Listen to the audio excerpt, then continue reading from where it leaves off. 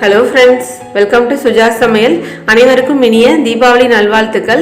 இன்னைக்கு நாம ஆச்சி biryani masala powder use பண்ணி தீபாவளி ஸ்பெஷலா மட்டன் பிரியாணி ரொம்ப சூப்பரா நல்லா டேஸ்டா எப்படி பண்றதுன்னு பார்க்கலாங்க. இதே மாதிரியே ஆச்சி மசாலா யூஸ் பண்ணி செஞ்ச நிறைய ரெசிபீஸோட வீடியோ லிங்க் வந்துட்டு நான் ஆச்சி மசாலா ரெசிபீஸ் லிங்க்னு சொல்லிட்டு ஒரே லிங்கா டிஸ்கிரிப்ஷன் பாக்ஸ்ல கொடுத்துருக்கேங்க. அந்த வீடியோலாம் பார்க்கணும்னு நினைச்சீங்கன்னா அந்த லிங்கை செக் பண்ணி பாருங்க. வாங்க இப்போ இந்த தீபாவளிக்கு இந்த மட்டன் பிரியாணி எப்படி செய்யறதுன்னு பார்க்கலாம். இன்னைக்கு இந்த பிரியாணி செய்யறதுக்காக நான் 500 கிராம் அளவுக்கு சீரக சம்பா அரிசியும் 500 கிராம் அளவுக்கு மட்டனும் எடுத்திருக்கேங்க. நீங்க எப்பவும் எந்த பிரியாணி செய்யறதா இருந்தாலும் எந்த அளவுக்கு அரிசி எடுத்துக்கிறீங்களோ அதே அளவுக்கே மட்டன் சிக்கன் எதுவாக இருந்தாலும் எடுத்துக்கோங்க. அப்பதான் உங்களுக்கு பிரியாணியோட டேஸ்ட் வந்து நல்லா இருக்கும். இப்போ இந்த பிரியாணி செய்யறதுக்கு தேவையான பொருள் எல்லாத்தையும் நாம அரைச்சிடலாங்க. நான் இன்னைக்கு ஒரு கைப்பிடி அளவுக்கு புதினாவும் ஒரு கைப்பிடி அளவுக்கு கொத்தமல்லி தலையும் எடுத்திருக்கேன். இது கூட ஒரு 15 சின்ன வெங்காயமும் 3 பச்சை மிளகாய் காரத்துக்காக எடுத்து வச்சிருக்கேங்க. நான் இன்னைக்கு இஞ்சி பூண்டு பேஸ்டா சேர்த்துக்க போறேன். உங்ககிட்ட இஞ்சி பூண்டு பேஸ்ட் இல்லைன்னா நீங்க ஒரு 8 அல்லது 9 பல்லு பூண்டும் ஒரு 2 துண்டு அளவுக்கு இஞ்சியும் இது கூடவே சேர்த்து நல்லா ஒரே பேஸ்டா அரைச்சி எடுத்துக்கோங்க.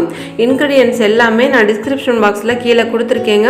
உங்களுக்கு எதுவும் டவுட் இருந்தா நீங்க அதுல கூட ஒரு வாட்டி பார்த்துக்கோங்க. இப்போ இது எல்லாத்தையும் நாம அரைச்சி எடுத்துட்டு பிரியாணிக்கு தாளிக்க ஆரம்பிக்கலாம்.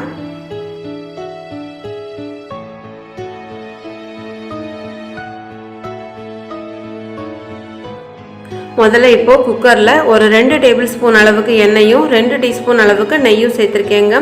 இதில் 2 பிரியாணி இலை, 2 அன்னாசி பூ, ஒரு 2-3 துண்டு சின்ன சின்னதாக பட்டை, கொஞ்சமாக கல்பாசி, ஒரு 5 கிராம்பு, 4 ஏலக்காய் சேர்த்துக்கிறேங்க.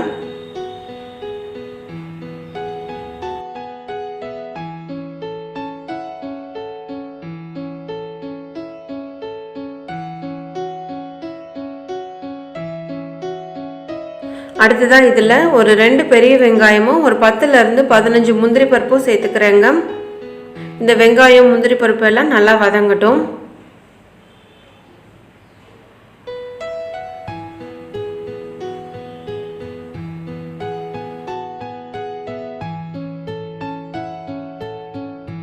வெங்காயம் இப்போ பாதி வதங்கிடுச்சுங்க. இதில் 2 டேபிள் ஸ்பூன் அளவுக்கு இஞ்சி பூண்டு விழுது சேர்த்துக்கிறேன். இஞ்சி பூண்டு விழுது சேர்த்த உடனே லோ ஃப்ளேமில் வச்சுட்டு வதக்கி விட்டுக்கோங்க. ஏன்னா இது சேர்த்த உடனே கீழே வந்து அடியில் பிடிக்க ஆரம்பிச்சிரும்.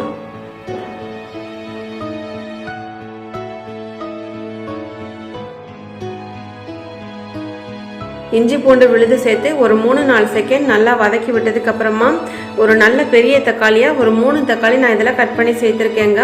நீங்கள் மீடியம் சைஸ் தக்காளியாக இருந்தால் ஒரு 4 தக்காளி வரைக்கும் சேர்த்துக்கோங்க.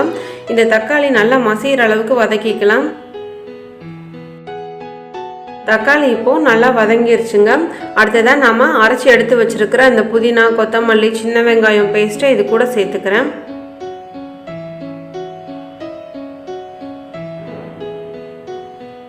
அடுத்ததான் இதில் ஒரு 200 ml அளவுக்கு தயிர் சேர்த்துக்கிறேன். 1/2 டீஸ்பூன் அளவுக்கு மஞ்சத்தூள் சேர்த்துக்கிறேன். அடுத்ததான் ஆச்சி பிரியாணி மசாலா பவுடர் வந்துட்டு டீஸ்பூனை விட கொஞ்சம் பெரிய ஸ்பூனில் ஒரு 3 ஸ்பூன் அளவுக்கு சேர்த்துக்கிறேங்க.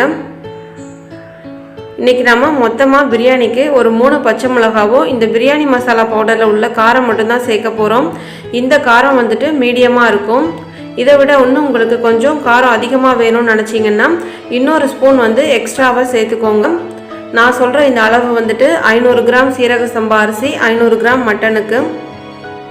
இது எல்லாத்தையும் சேர்த்து இந்த எண்ணெய் எல்லாம் நல்லா பிரிஞ்சு வர வரைக்கும் இதை வதக்கி விட்டுக்கலாங்க.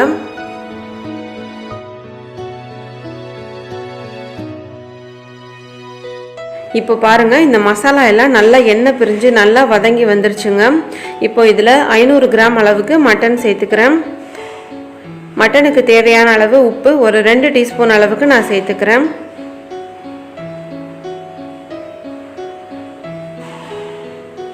உப்பு சேர்த்துட்டு இந்த மட்டனையும் மசாலாவோட சேர்த்து நல்லா ஒரு 5 நிமிஷத்துக்காவது மீடியம் ஃப்ளேமில் வச்சு நல்லா வதக்கி விட்டுக்கலாம்.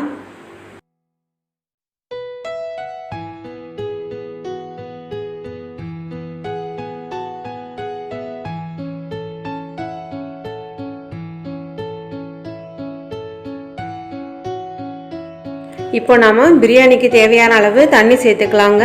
இன்னைக்கு நான் 1 கப் அரிசிக்கு 2 கப் அளவுக்கு தண்ணி சேர்த்துக்க போகிறேன்.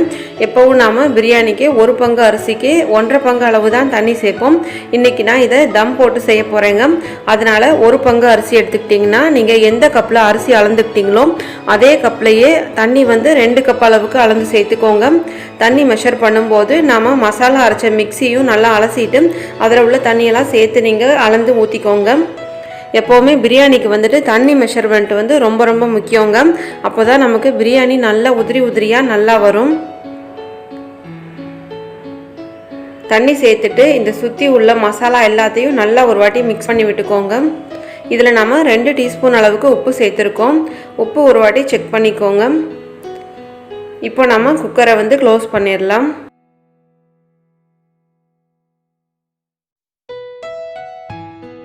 குக்கரை க்ளோஸ் பண்ணி வெயிட் போட்டதுக்கப்புறமா இது மட்டனுங்கிறதுனால ஒரு 5 விசில் வந்த உடனே ஆஃப் பண்ணிடுங்க. மட்டன் வேகிறதுக்கு கொஞ்சம் லேட் ஆகும். இதே நீங்கள் சிக்கன் சேர்த்துருந்தீங்கன்னா சிக்கன் வந்து சீக்கிரமாக குக் ஆகிடும். 2 விசில் வந்த உடனே ஆஃப் பண்ணிடுங்க. மட்டனாக இருந்தால் 5 விசில், சிக்கனாக இருந்தால் 2 விசில் வந்த உடனே ஆஃப் பண்ணி வச்சுருங்க. குக்கர் ஆஃப் பண்ணி ஒரு 10 நிமிஷத்துக்கு அப்புறம் அதோட ப்ரெஷர்லாம் அடங்கினதுக்கப்புறமா இப்போ நம்ம குக்கரை ஓப்பன் பண்ணி பார்க்கலாம். பாருங்கள், இந்த மட்டன் வந்துட்டு நல்லா சாஃப்டாக நல்லா வெந்து வந்திருக்குங்க. இப்போ நாம் அரை மணி நேரம் ஊற வச்சு வச்சுருக்கிற சீரக சம்பா அரிசியை சேர்த்துக்கலாம். 500 கிராம் அளவுக்கு சீரக சம்பா அரிசியை 2 வாட்டி நல்லா கழுவிட்டு அரை மணி நேரம் தண்ணியில் நல்லா ஊற வச்சுட்டு அந்த தண்ணியெல்லாம் நல்லா வடித்து எடுத்துட்டு இப்போ இந்த அரிசியை இதில் நான் சேர்த்துக்கிறேன். அரிசியை வந்துட்டு நல்லா தண்ணியெல்லாம் வடித்து எடுத்துட்டு அதுக்கப்புறமா சேர்த்துக்கோங்க. தண்ணி கொஞ்சம் எக்ஸ்ட்ராவாக இருந்தால் கூட உங்களுக்கு பிரியாணி வந்து குழஞ்சி போயிடும். இப்போ இதில் உப்புலாம் கரெக்டாக இருக்கான்னு ஒரு வாட்டி செக் பண்ணிக்கலாம். கொஞ்சம் உப்பு பத்தலைங்க, அதனால் ஒரு 1/4 டீஸ்பூன் அளவுக்கு உப்பு சேர்த்துக்கிறேன். அடுத்ததாக ஒரு பாதி எலுமிச்சம்பழத்தை வந்து இதில் புழிஞ்சு நம்ம சேர்த்துக்கலாம். சேர்த்துட்டு இதை நல்லா கலந்து விட்டுக்கலாங்க.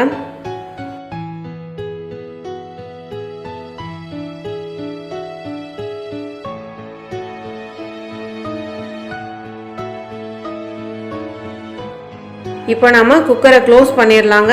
குக்கர் க்ளோஸ் பண்ணதுக்கப்புறமா வெயிட் போட வேணாம், அது அப்படியே ஓப்பன்லேயே இருக்கட்டும். லோ ஃப்ளேமில் வச்சு ஒரு 15 நிமிஷம் வச்சு ஆஃப் பண்ணிடுங்க. பொதுவாக நம்ம ஸ்டவ்வில் வந்துட்டு பெரிய பர்னர் சின்ன பர்னர்னு 2 இருக்கும்ல, அதில் சின்ன பர்னரில் வச்சு 15 நிமிஷம் வச்சு ஆஃப் பண்ணிக்கோங்க.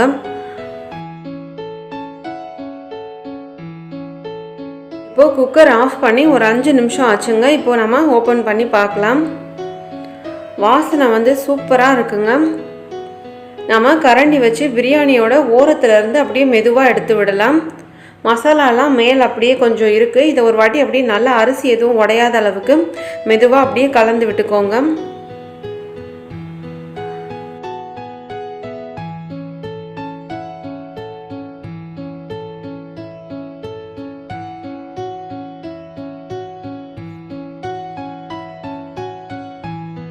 பிரியாணி பாருங்கள், நல்லா உதிரியாக நல்லா வந்திருக்குங்க. மட்டன் நல்லா சாஃப்டாக நல்லா வெந்து வந்திருக்கு. பிரியாணி கீழே கொஞ்சம் கூட அடி பிடிக்கவே இல்லைங்க. ஒரு வாட்டி நல்லா கலந்து விட்டுட்டு ஒரு 5 நிமிஷம் மூடி வச்சுருங்க. பிரியாணி வந்து நல்லா செட் ஆகிடும். அவ்வளோதாங்க, தீபாவளிக்கு நல்ல சூப்பரான ஒரு மட்டன் பிரியாணி இப்போது ரெடி ஆகிடுச்சு. இதே மாதிரியே நீங்களும் செஞ்சு பார்த்துட்டு உங்கள் கமெண்ட் சொல்லுங்கள். இந்த வீடியோ உங்களுக்கு பிடிச்சிருந்தா மறக்காமல் சுஜா சமையல் சேனலை சப்ஸ்கிரைப் பண்ணி பக்கத்தில் உள்ள பெல் ஐக்கானையும் ப்ரெஸ் பண்ணிக்கோங்க. தேங்க்யூ.